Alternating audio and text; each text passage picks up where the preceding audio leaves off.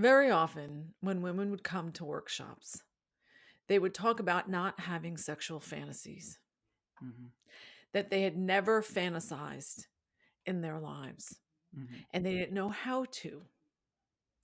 And I think that's part of the big disconnect, right? Because when I can think something in my mind that keeps me in the body, right?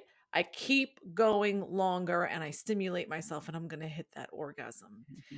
So that's what fantasy is. So I thought we could break down kind of the basics of fantasy because fantasy can elicit very strong reactions.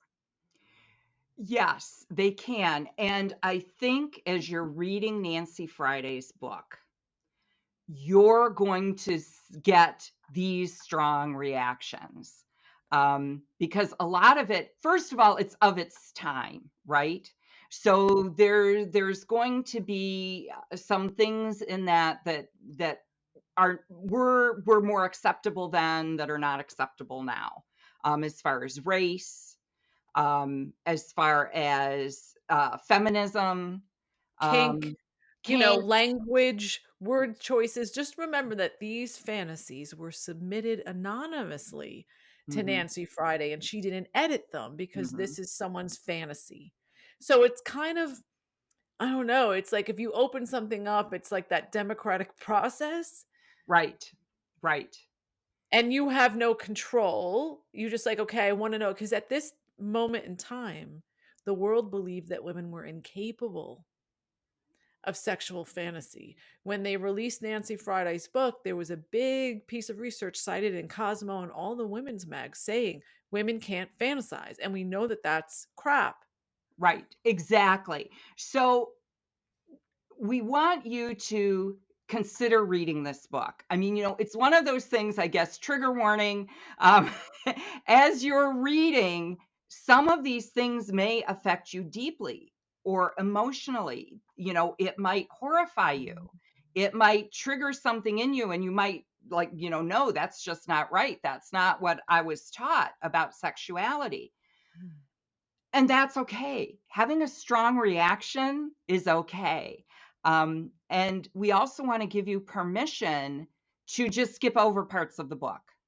If there's Yeah. something that you're reading or you start to read and you just think like, oh, this is just, way off, just skip over that part and go to something else.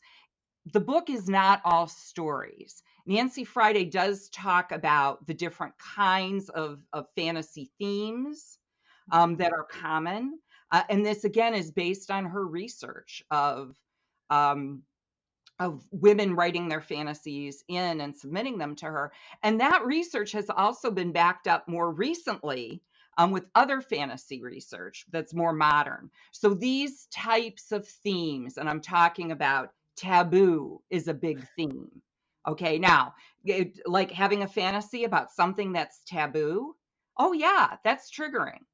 um, Novelty. So novelty is very arousing, and that's a common fantasy theme.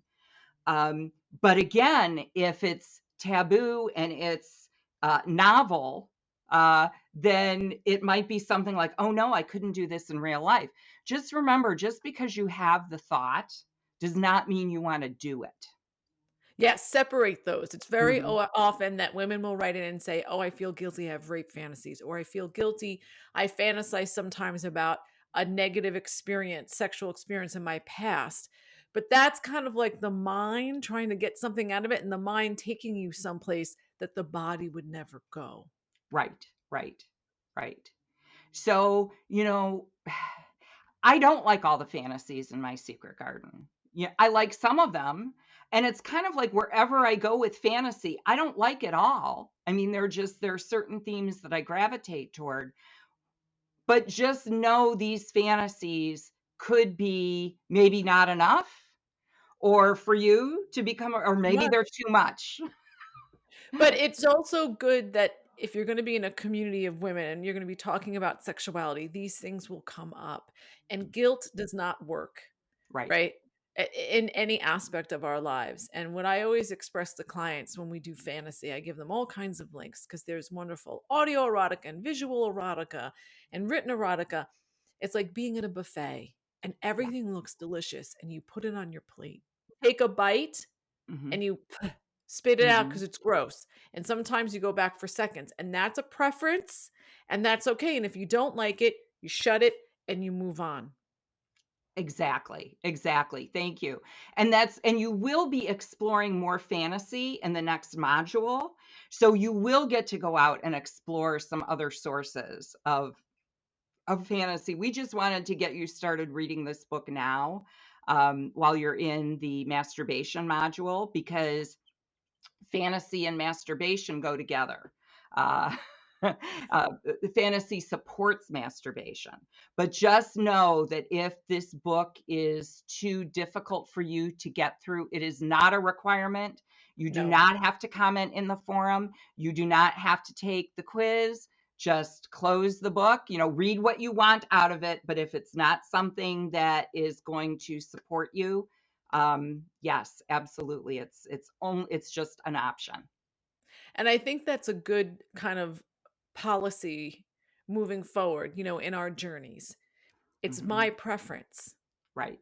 It's your preference. If you like something and you connect to something, good for you. If I Mhm. don't, it's all about consent and it's all about dominion over the body and dominion over one's mind. Yes. And to each their own. It's like, if that's your preference, I support it. And sometimes it's interesting. Betty and I would have, cocktail parties, and sometimes we'd get all the educators and all the colleagues together, and we would talk about different things. And sometimes people loved something so much, and we were like, or you hated it. Mhm. And I think that is interesting to find Mhm. out where is our limit, where's our edge, because Right. everyone has an edge and a limit. Mhm. And I think many of us go through life and we don't find it because we don't Mhm. explore. Yes. So you're going to explore, you're going to find your edge. If you might feel uncomfortable, reach out to us, reach out to the community, and this is not a requirement. Yes.